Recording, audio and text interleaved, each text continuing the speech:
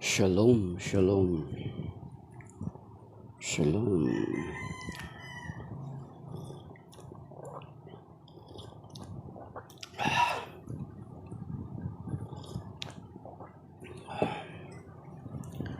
A blessed, a blessed Thursday to all. The Gospel of today, according to Saint Matthew chapter 6, verse 7 to 15. Glory to you, Lord.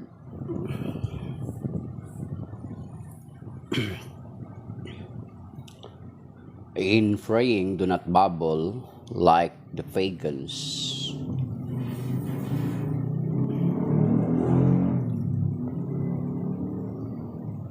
who think that they will be heard because of their many words.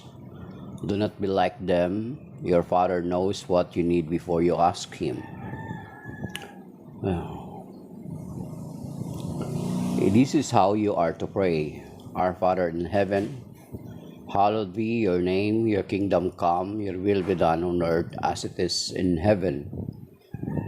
Give us today our daily bread, and forgive us our debts, as we forgive our debtors, and do not subject us to the final test, but deliver us from the evil one. If you forgive others their transgressions, your heavenly Father will forgive you. But if you do not forgive others, neither will your Father forgive your transgression. The Gospel of the Lord. Praise to you, Lord Jesus Christ. So, ang Ebanghelyo ngayon ay may mga interesting na mga subject na tinatalakay na sinasabi.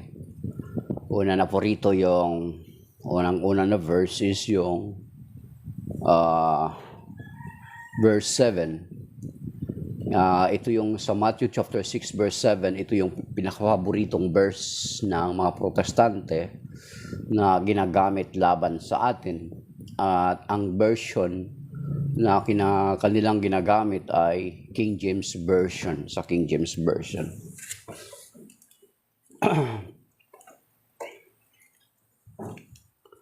So, dito sa King James Version ay ang nakalagay kasi diyan, ayan ang paborito. Ito yung sa mga hindi nakakalam, ito yung pinakapaborito na version sa Matthew chapter 6 verse 7 ng mga protestante laban sa ating mga Katoliko.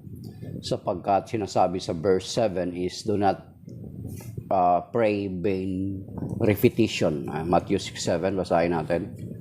When you pray, do not use vain repetition. But when you pray, use not vain repetition as the heathens do, for they think that they shall be heard for their much speaking. So, yun yung inaakusa sa atin ng mga kapwa nating mga protestante or mga separated brethren natin na nagpipray tayo ng paulit-ulit gamit yung laban sa ating, ginagamit nila sa atin yung verse 7 ng Matthew chapter 6. So, pero kung titingnan natin the entire other sa ibang mga salin ng Biblia ay hindi po nakalagay na vain repetition, kundi babble or yung babbling. Do not use babble words, yung do not babbling. When you say babbling is, sabi dito ay hindi naman talaga sinasabi na use vain repetition. Yung babbling, yung parang blah blah blah blah blah blah blah blah blah blah blah, yung they are speaking words that cannot be understood over and over again. So at the same time, kahit hindi pa babbling yung kanilang, yung mga pagan, kahit hindi pa babbling yung kanilang prayer, ay hindi naman talaga sila marinig sa kanilang panalangin because their God is not real. Ours is. So yung verse 7, ang King James is malicious na translation na ginagamit laban sa atin. Alam naman natin na ang King James ay ang nagpagawa or nagpasalin ng Bibliang King James is si King James, yung predecessor ni King Henry VIII. ay napakasariwa pa na kaalis pa lang or kahihiwalay pa lang nila sa Catholic Church, siya yung naging predecessor ni King Henry VIII. Alam natin si King Henry VIII, siya yung nag-establish ng Church of England or yung Anglican. In-establish niya ang Church of England or Anglican because hindi siya pinayagan ng Santo Papa na i-divorce yung kanyang asawa para makapag-asawa siya uli. Pero since na hindi pinayagan, yun, naghiwalay si King Henry VIII sa Catholic Church. Then after that, nagpasalin nga sila ng Biblia na King James. Kaya nga dito sa King James, sa Matthew 6:7, na ang ginagamit is, do not use vain repetition. So, kung harapin naman natin, kung sakaling harapin naman natin, or we will confront the accusation na vain repetition ba? Kung pagbibigyan natin at harapin natin ang accusation nila, kung totoo ba na yung mga prayers natin is vain or walang kabuluhan, kung titingnan mo from Apostles' Creed, paano magiging vain ang prayer na Apostles' Creed? Paano magiging vain ang Our Father? Paano magiging vain ang Hail Mary na ito'y mensahe ng Diyos through Saint Gabriel, the Archangel, to the Blessed Virgin Mary? Na inuulit-ulit natin ng binibigyan natin ng emphasis. Alam niyo sa Bible, kapag binibigyan, inuulit-ulit, ay binibigyan ng malalim na emphasis yan. That is why we continue to repeat it over and over again. Yung meditation kasi siya.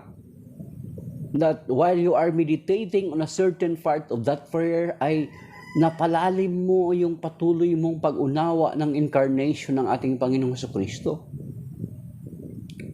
Then yung glory be to the Father, paano magiging vain yun? So itong mga taong ito ay actually, ay talagang they are just using this verse, Matthew 6:7, para i-accuse tayo sa Catholic Church.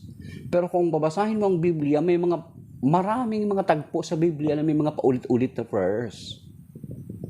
Yung Daniel chapter 3, yung part ng Deuterocanonical na idinagdag sa Daniel chapter 3 na inilagay yung first Daniel chapter 3, paulit-ulit lang po yun mga kapatid, yung haba na yun. And then yung Psalm 136, try basahin nyo yung Psalm 136, paulit-ulit lang po yan. And then yung part ng prayer ng Panginoong Jesucristo, doon sa Matthew chapter 26, He prayed 3 times the same prayer. Di ba? Nung nasa Garden of Gethsemane sa Matthew chapter 26. Then after that, doon din sa 2 Corinthians chapter 12, si San Pablo na nalangin din ng paulit-ulit ng 3 beses na paulit-ulit the same words. Doon sa 2 Corinthians chapter 12. Di ba? Yung nagreklamo siya na may flesh of the thorn siya. So therefore, hindi masama yung inuulit-ulit mo yung panalangin mo.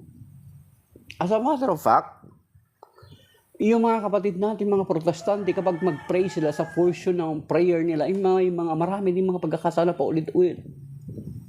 Di ba? Hallelujah, hallelujah, hallelujah, hallelujah, hallelujah. Amen, Lord. Amen, Lord. Yes, Lord. Yes, Lord. Yes, Lord. Hindi ba nila napapansin yan? So, ang tinutukoy sa Matthew chapter 6 verse 7 is yung babbling, mga word that cannot be understood. So hindi mo qualify yung prayer natin sa Catholic Church.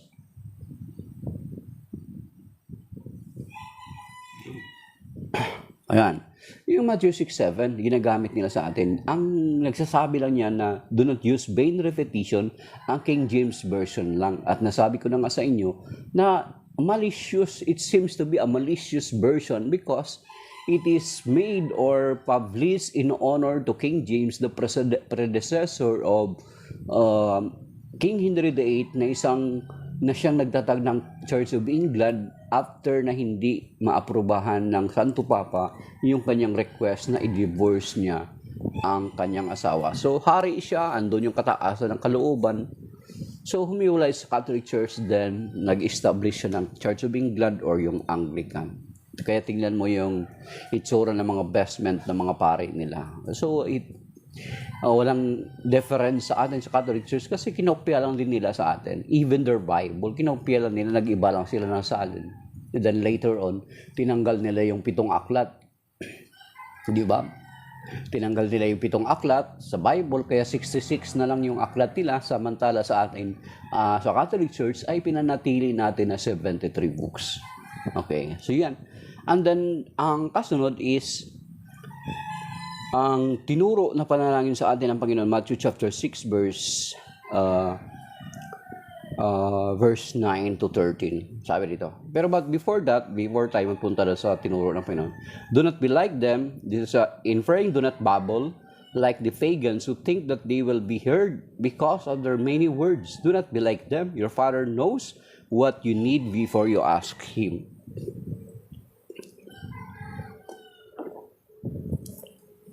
But let us remember na sa ating pananalangin, there are times or most of the time hindi napapakinggan yung panalangin natin. This because there are hindrances sa prayer natin. Ano yung mga hindrances sa prayer natin? Isa na yung sinasabi dito sa Mark 11:25. So Mark 11:25, isa yan sa hindrance ng prayer natin. Yes, alam ng Panginoon yung pangangailangan natin before we pray, but there are hindrances in our prayer. At isa na roon ay, yung ito sa Mark 11:25, sabi rito, when you stand to pray, forgive anyone against whom you have grievance, verse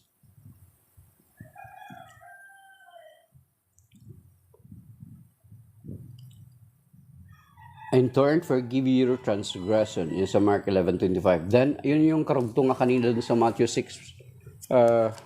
Ibig sabihin, what does it mean? That isa sa hindrance ng prayer natin is yung kasalanan. Sabi nga dito sa Psalm 66 verse 18, sa Awit 66 verse 18, sabi dito, if I regards iniquity in my heart, the Lord would not have heard. Sabi dito, sa Psalm 66 verse 18, had I cherished evil in my heart, the Lord would not have heard.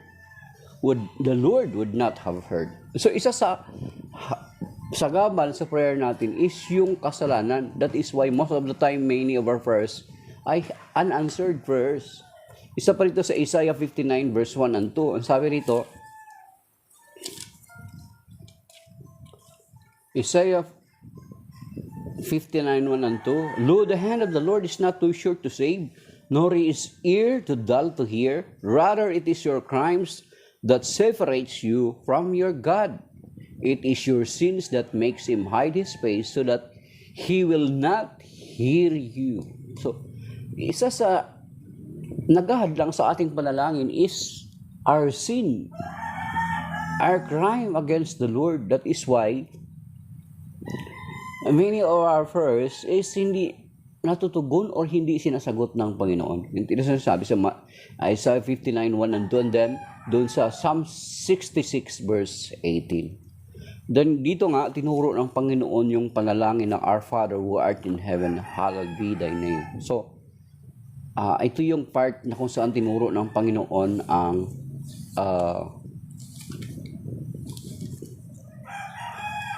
ang panalangin. Kaya kapag tinanong ka ng mga protestante, ng mga separated brethren natin, anong verse na alam mo sa Bible? Ito yung Matthew chapter 6 verse 9 to 13. Sasabihin mo, ano yung sasabihin? Pag sinabi nga, pag tinanong ka ng mga separated brethren natin, anong verse sa Bible ang alam mo? Verses ka mo. Matthew chapter 6 verse 9 to 13. Ano yun? Our Father who art in heaven, hallowed be thy name. Thy kingdom come, thy will be done on earth as it is in heaven. Give us this day our daily bread. Forgive us our trespasses, as we forgive those who trespass against us. And lead us not into temptation, but deliver us from evil. Yan. Kamo yan yung memory verses mo. Singit ko yung Kaya nga, isa sa sinasasabihin ko rin sa inyo, yung isa sa ginagamit ko na reason, sinasabi nila na ang mga santo natin ang mga santo natin ay Diyos. Kinoconsider na natin na ay mga Diyos-Diyosan daw. Sabi ko, mako-consider na Diyos-Diyosan ang mga santo kung kinikilala namin silang mga Diyos kapalit ng totoong Diyos.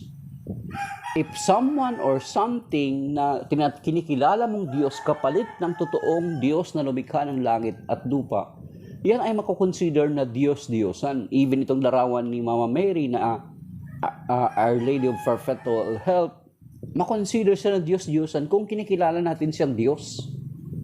Kasi isa lang naman ang totoong Diyos na may likha ng langit at lupa. So kung kikilala natin si Mama Mary na Diyos, maging Diyos-Diyosan siya kasi hindi naman siya totoong Diyos. Ang totoong Diyos ay may ang likha ng langit at lupa. At isa sa sinasabi ko dito sa Matthew chapter 6 verse 9 na kung totoo na ang mga santo ay kinikilala namin ng Diyos, dapat ay sinasabi namin na Our Father who are in the wall. Ama naming nasa dingding ka. Hindi pa naman natin pinalitan yung ating panalangin. Ama naming nasa langit ka. Hindi dapat sana kung nagpray tayo, Ama naming nasa dingding ka, nakasabit sa dingding. Hindi natin sinabing ganun. Hindi natin pinalitan yung prayer natin na ganun. Sinasabi natin, Our Father who art in heaven.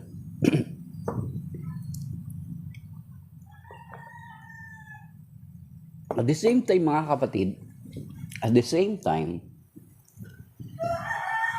ang Our Father in heaven, itong sinasabi ko, ang isa pa sa ginagamit sa atin ng mga kapatid nating protestante is yung Matthew 23 verse 9. Sa Matthew 23 verse 9 ay nakalagay doon, actually dalawa yan, ang verse 8 dapat at saka verse 9. Pero yung paborito lang nila nagkagamitin is yung verse 9. So may halong pandaraya o panlilin lang ng mga kapatid nating protestante. Hindi nila sinasama yung verse 8. Basahin niyo Matthew 23 verse 8 at saka 9, maintindihan niyo kung ano ibig kong sabihin. Ang sinasabi doon sa Matthew 23 verse 9, na do not call anyone here on earth Father, for you have only one Father in heaven. So, in their misinterpretation, they are using that verse to attack us that why we call our priest Father. Based on their misinterpretation. Not interpretation, but based on their misinterpretation. They are just tackling the verse 9 but not the verse 8. Whereas verse 8 and verse 9 are being mentioned, it's about the teacher and a father. So based in their misinterpretation, they are using that against that to us because we are calling our first Father. But here in Matthew 6 verse 9, kung totoo na wala ng ibang kinikilala pa dapat na Ama dito sa lupa, ay dapat ang pagtuturo ng Panginoon dito sa panalangin is dapat sinasabi niya na Our Father who hallowed be thy name. Dapat ganun na lang, Our Father na lang. Wala nang hallowed be Our Father who art in heaven. Dapat hindi na dinugtungan ng Panginoon na who art in heaven. If there are no other fathers here on earth. Nagets nyo? Kung totoo na wala nang ibang kinikilala dito na Father dito sa lupa, then supposed to be the Lord Jesus Christ will tell us na Our Father, hallowed be thy name. Kasi pag sinabing Our Father, understood na ang Diyos ay nasa langit. Understood na isa lang ang Ama. That is why she is no longer to add the word in heaven. And then kung babasahin natin ang New Testament, buong New Testament, ay ang mga apostol, si San Pedro, si San Pablo, ipinapakilala niya yung kanyang sarili bilang Ama. Actually, kung babasahin natin yung Matthew chapter 16 verse 13 to 20, na may parallel siya dun sa Isaiah chapter 22 na ang binigyang susi doon ay nagiging ama ng sambahayan ni David. So therefore, nung binigyan ng susi si San Pedro, ay naging ama rin siya sa sambahayan ng Panginoon. Di ba? I will build my church. Ang church ay ang sambahayan ng Panginoon sa 1 Timothy chapter 3 verse 15. Sabi niya, if I will be delayed, you must know how to behave in the household of God, the pillar and foundation of the truth. Isa rin namin sa Matthew chapter 1 Timothy 3:15. So you see, si San Pedro, ay makikita mo yung parallel kung mababasa mo doon na sa Isaiah 22, yung binigyan ng susi ay naging ama ng sambahayan ni David. Nang binigyan din ng susi, ng authority, San Pedro, he became the father of the household of the Lord Jesus Christ.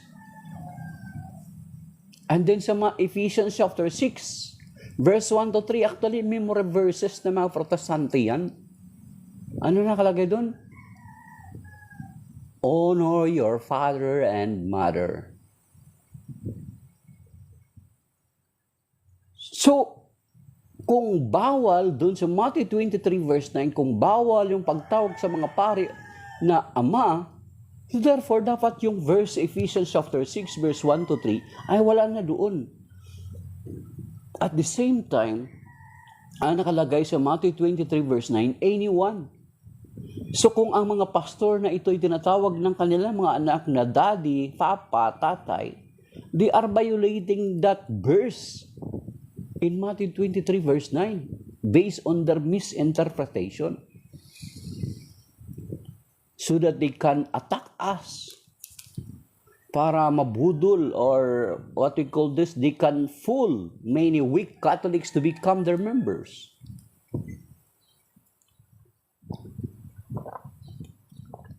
So that is what I mean, mga kapatid.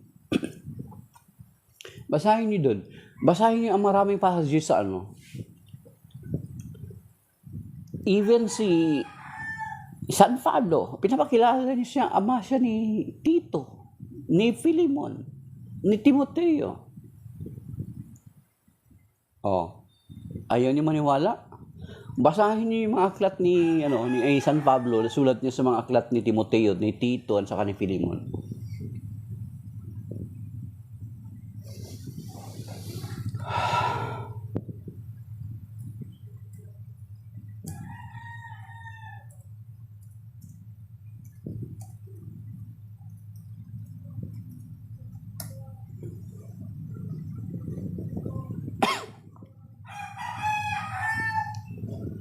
Kahit si San Pablo, di ba? Sabi doon sa 1 Corinthians chapter 4 verse 14 to 15.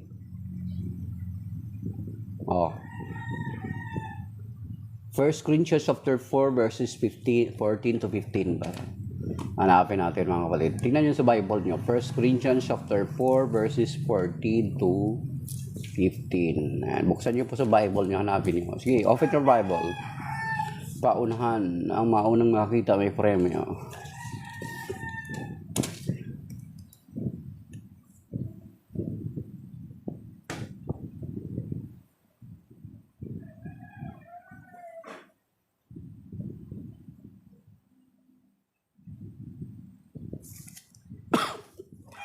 Kita niyo na. So 1 Corinthians chapter 4 verses 14 to 15. Sino nakakita? Good morning, Brother John. Okay, sabi dito.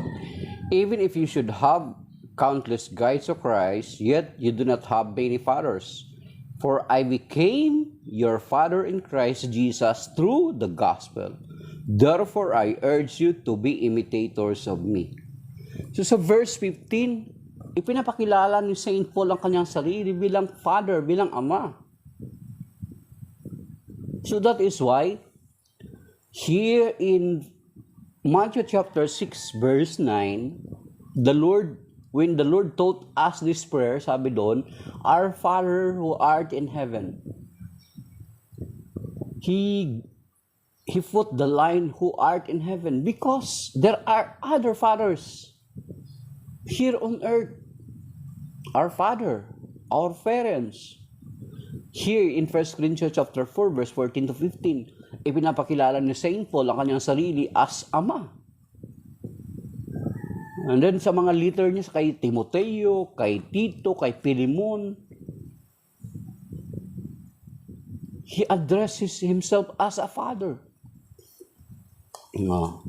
Basahin niyo para hindi kayo mahilig, hindi kayo magiging katulad ng hindi tayo matutong parang spoon feeding, ha? Para hindi tayo makon sa spoon feeding, sabi dito. Okay.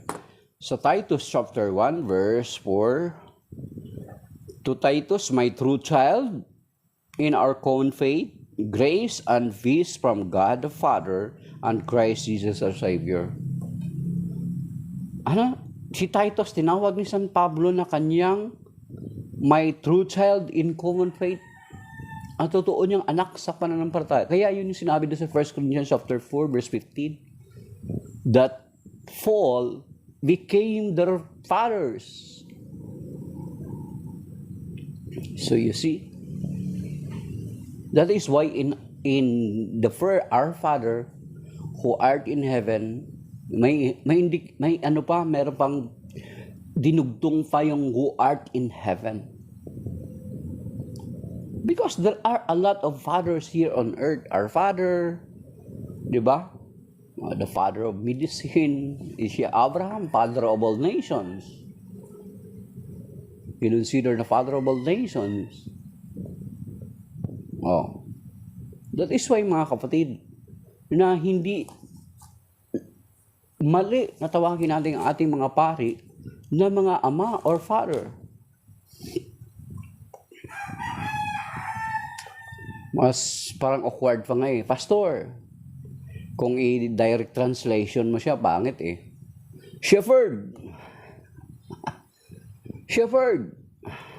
Kasi nga, palitan nyo to, yung pastor nyo, actually, hindi sa English Latin yan Pastor. Tawagin nyo kayo yung mga pastor nyo na, Shepherd. Pastul. Di ba parang, yung parang, actually, parang siya Tawagin niyo yung mga pastor nyo ng shepherd English. English naman. Hindi daw English yung pastor So, hindi yan English. Tawagin nyo minsan na shepherd. Shepherd. At least yung father, ama. Di ba malambing? Ama. Father, ama. Yan, malambing. Kung shepherd. Although, ang mga pare din natin, yung mga shepherd din, di ba? Kasi unang-una, primarily, ang pinagkatiwalaan ng kawan ng tupa ng Panginoon ay ang si San Pedro. Di ba nung magkaroon siya ng ma-resurrect siya? Parang lumawak na yung usapan natin. So yun na mga kapatid. Sabi niya, then, doon sa verse 14, if you forgive others their transgression, our Father who art in heaven, hallowed be your name. Your kingdom come, your will be done on earth as it is in heaven. Give us today our daily bread. Forgive us our debts as we forgive our debtors. So, mapapatawad pala ang ating mga kasalanan kung tayo ay nagpapatawad din. Kaya nga ito yung sinasabi dito sa forgive us our debts as we forgive our debtors.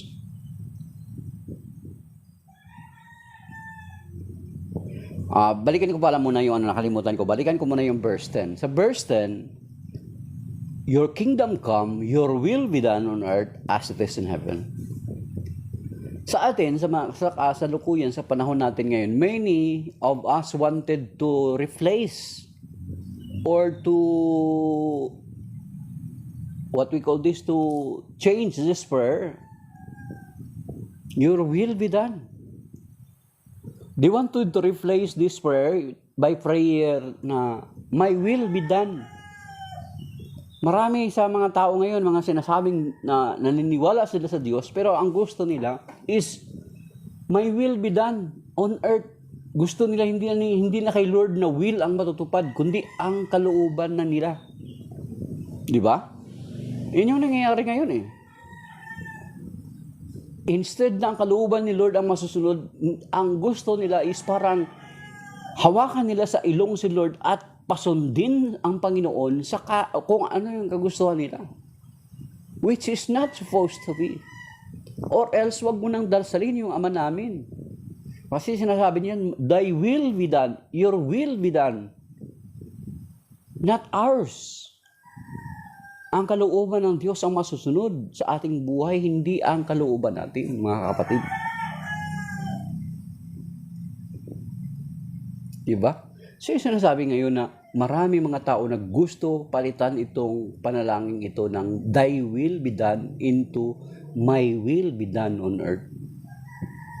Then yung kasunod nga, forgive our debts as we forgive our debtors. For us to be forgiven, ang requirements pala is let us forgive. If we wanted to be forgiven, let us forgive. Do we need forgiveness? Yes, we are. How to obtain forgiveness? Let us forgive others first, so that when we ask the Lord to forgive our debts, ay patawarin tayo ng Panginoon sa ating mga kasalanan. Dito sa verse 14-15, if you forgive others their transgressions, your heavenly Father will forgive you. But if you do not forgive others, neither will your Father forgive your transgression. So yun yung binanggit din natin kanina sa Mark 11:25. Before you stand to the Lord in prayer, you must have to forgive. You must forgive your transgressors. Sabi dito sa Mark 11:25, binasa na natin kanina. Sabi dito, when you stand to pray, forgive anyone against whom you have a grievance, so that your heavenly Father may in turn forgive your transgression. So that is the requirements. For us to be forgiven, we need to forgive. Do we need God's forgiveness? Yes, we need. Because we oftentimes, every hour, every minute, we commit sins. So we need God's forgiveness. But to obtain God's forgiveness is we need also to forgive others. Mga kapatid, yan. Because yan ay isa sa naging hadlang sa ating pananalangin. Kung bakit hindi marinig yung ating mga panalangin, it is because of our unforgiveness. Because of our sin. Yung sinasabi kanina sa Isaiah 59:1-2, that our sin is the reason that God can hear our prayers. Yan din na sinasabi sa Psalm 66 verse 18 kanina. So yun mga kapatid, na ayun yung mga point na patungkol sa Ebanghelyo ngayon na ibinahagi ko sa inyo. Na to pray the rosary is not a violation against the Word of God, because the content of the rosary is based from the Scripture. Kaya nga yung sinasabi na verse 6-7 kanina, Matthew chapter 6 verse 7, is not a violation. Rosary is not a violation. Praying the rosary is not a violation. Huwag kayong makinig dun sa sinasabi yung mga nagpapakilala ng mga pastor, mga vlogger, na do not pray anymore the rosary. Who are they to tell us that? Ano kailan lang ba itong mga nagsasalita na ito? Kailan lang sila sumulfot? Versus us Catholics that we are already almost 2,000 years. Versus doon sa mga bagong sulpot ng mga sekta na kailan lang. Wala pa nga iba dyan, 10 taon. Ang lakas-lakas ng loob magsalita tungkol niyan sa atin. Wala nga silang mga Bible scholar. Wala nga silang ambag sa pagbuo ng Biblia, sa pag-compile ng Biblia. Diba? Who are they to tell us that? Yan. Yun yung mga consideration mga kapatid na we need always, kapag meron tayong mga sinasabi sa Biblia na hindi, it seems to be contradicting to the Scripture, dapat itanong natin sa mga kaparian natin na marunong na sumasagot, na sasagot upang masagot yung mga katanungan nyo. Hindi na kung saan-saan kayo magtatanong. Diba parang sinasabi natin na para kang nagtanong sa manager ng McDo kung masarap ba ang chicken joy ng Jollibee. Tanungin mo nga, try nyo nga, i-record nyo sa video nyo tsaka i-post. Tanungin nyo yung McDo manager. Tingnan natin kung magiging tapat siya. I-record nyo. Sir, kayo po ba manager dito ng McDo? Ano po ang masasabi nyo sa chicken joy ng Jollibee? Ay, sorry. Yun. Ganun din. The same with us in our faith. The same with us with our faith. Okay. So the same with us with our faith, mga kapatid. Sabi ni Brother Jun, kaya bro, gamit ko sa debate Rosary versus Bible. Kasi Brother Jun, ang content, ang Rosary is inside the Bible. Ay nakapaloob sa Biblia. Kaya kapag actually kapag may gamit ka na Rosary, andun siya magandang din siya, yung parang parang bait bapain. Para kung mag-question sila about sa Rosary, ay may papakita mo sa kanila na ang Rosary pala, malalaman nila na ang Rosary ay nasa Biblia pala. Though ang term na Rosary is not in the Bible, but what is in the Rosary is from the Bible. Yun lang yun, mga kapatid. Kaya nga maganda kapag kaya kung minsan Brother Jun, ako si Brother Jun. Ako minsan Brother Jun, kapag pumunta ako ng mall, binibit-bit, ginawakan ko yung Rosary ko. Saka maganda mag-pray ng Rosary sa mga mall. Nang parang natural, ang paalala sa atin kahapon ng Panginoon, Diyos sa Ebanghelyo kahapon, na let us not yung mag-pray tayo ay pakitang tao. Dapat tapat sa puso natin. At the same time, evangelistic din ang dating.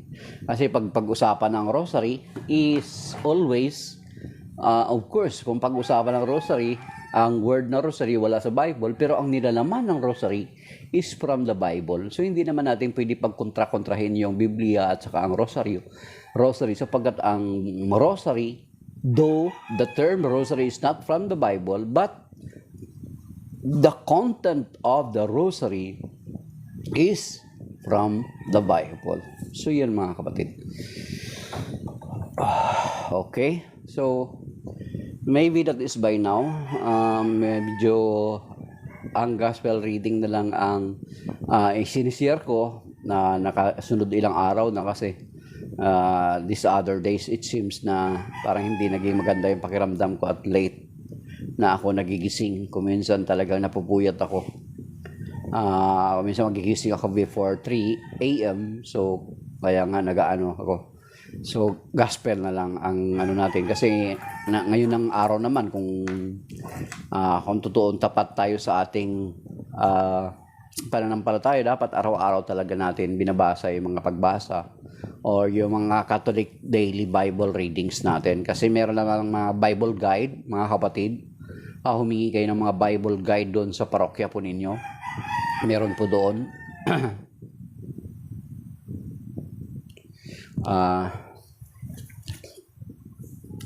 May mga Bible guide naman tayo sa parokya. Yun.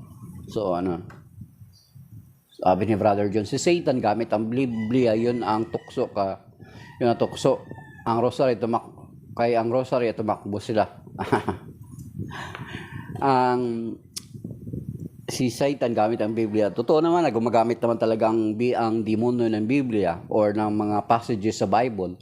Makikita naman yan natin, Brother John, dun sa Matthew chapter 4 sa Matthew chapter 4, yung sa temptation in the wilderness sa ating Panginoong Kristo, na nag-quote pa verbatim ang demonyo ng verse sa Biblia. Sa banal na kasulatan, try to imagine. So hindi ibig sabihin nga na hindi komo nagkukot ang isang tao ng mga verses sa Bible ay kaagad mo paniwalaan. Kasi mismo ang Diablo nag-quote ng verse sa Bible verbatim sa Matthew chapter 4. That is why kung Katoliko ka, ginagamitan ka ng ibang sekta na ng mga bersikulo ay huwag mo kaagad kakagatin. Kasi ang demonyo din, nung tinukso ang Panginoong Jesucristo, ay gumamit din ng Word of God verbatim. Word for word. Samantala, ang rosary, tumakbo sila sa rosary. Sa exorcism daw, Brother Jun, sabi ni yung kwento ng mga exorcist, especially itong si Father Darwin Gitgano, isa sa Catholic Faith Defender, at the same time, isa siyang exorcist. Exorcist siya ng part ng Bohol na diocese sa Tagbilaran, kung hindi ako nagkakamali. Ang demonyo daw, di ba kapag nagkakaroon ng deliverance at saka exorcism, tatanungin mo siya, tatanungin mo yung na-possess kung okay na siya, no? Tatanungin, ikaw na ba yan? Oo, ako na to. Sige nga, sabihin mo, Jesus. Pwede niya raw mabanggit yung Jesus. Pero try mo sa isang possess, sa mga nakikinig, itry mo sa isang possess, pag tinanong mo siya, ano yan? Kapag tinatanong mo yan, gaganon-ganon yung mata niya, kunwari, yung hindi siya palagi. Pero sasabihin niya, pag tinanong, ikaw na ba yan? Yung pangalan niya, banggitin mo. Ikaw, opo, ako na to. Sasabihin ng ng na-possess, no? Kasi pinrain niyo siya. Akala niyo umalis na yung demonyo. Pag sabihin mo raw na Jesus, ay pwede kanyang madaya. Kaya niyang banggitin yung ganon. Pero itry mo sa kanya, yung possess na yun, try mo. Sige nga, sabihin mo, I love Mama Mary. Or, sabihin mo na, i-pray mo yung Hail Mary full of grace, or I love Mama Mary, or yung Hail Holy Queen. Pag-pray mo sa kanya yung Hail Holy Queen, hindi gagawin daw ng taong possess na i-pray niya yung Hail Holy Queen or Hail Mary, or sasabihin I love Mama Mary. Bakit? May connection yan doon sa proto-evangelium sa Genesis chapter 3 verse 15. Talagang galit na galit siya kay Mama Mary. Inggit na inggit siya kay Mama Mary. Yan yung sinasabi ng mga exorcists based on their experience sa mga exorcism and deliverance na ginawa po nila. Pwede ka nilang madaya, sasabihin nila, I love Jesus, madaya. Pero pagdating kay Mama Mary, hindi na po nilang kaya, hindi niya na po kayang banggitin yun ng ganun. Kasi galit na galit at inggit na inggit ang demonyo kay Mama Mary. Dahilan doon sa Genesis chapter 3 verse 15. Basahin niyo po doon.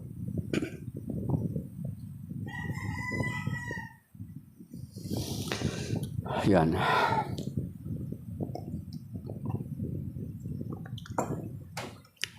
PH.narrate, Katoliko lang, malakas at tunay. Hindi naman natin ipinagyayabang yan, pero yan yung katotohanan. Angelus na pala, let's pray the Angelus. In the name of the Father, the Son, the Holy Spirit, Amen. The angel of the Lord declared unto Mary, and she conceived by the power of the Holy Spirit. Hail Mary, full of grace, the Lord is with you. Blessed are you among women, blessed is the fruit of thy womb, Jesus. Holy Mary, Mother of God, pray for us sinners now and at the hour of death. Amen. I am the handmaid of the Lord, be it done to me according to your word. Hail Mary, full of grace, the Lord is with you. Blessed are you among women, blessed is the fruit of thy womb, Jesus. Holy Mary, Mother of God, pray for us sinners now and at the hour of our death. Amen.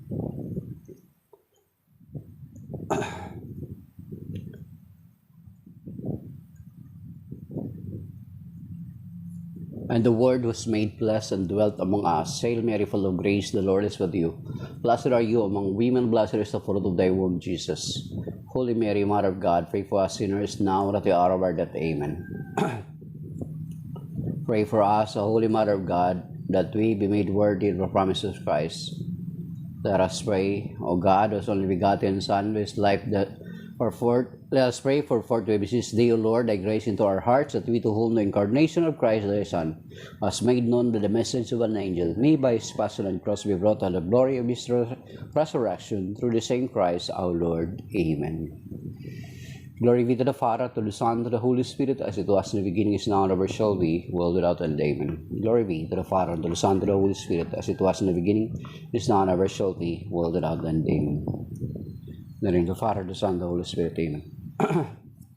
Ayun. Jaila 48. Ay, hindi ako pare Like ko lang po ako, Jaila. Bakit nung grade 6 ako napanaginipan ko po si Mama Mary? Okay. Minsan kasi napanaginipan mo kasi siguro yan yung palagi mong iniisip. At saka mas mainam na yung si Mama Mary na panaginipan mo kaysa sa demonyo. So, mas mainam na yung ganun. Siguro, pinapalanan ka rin na lalo maging i-pray mo yung rosary. Siguro ganun. Pero wala namang yun. Wala namang masyadong kwan yan. So, mas mainam na yung si Mama Mary pananaginipan mo. Kahit sa yung demonyo ang pananaginipan mo. So, mas mainam yung ganun.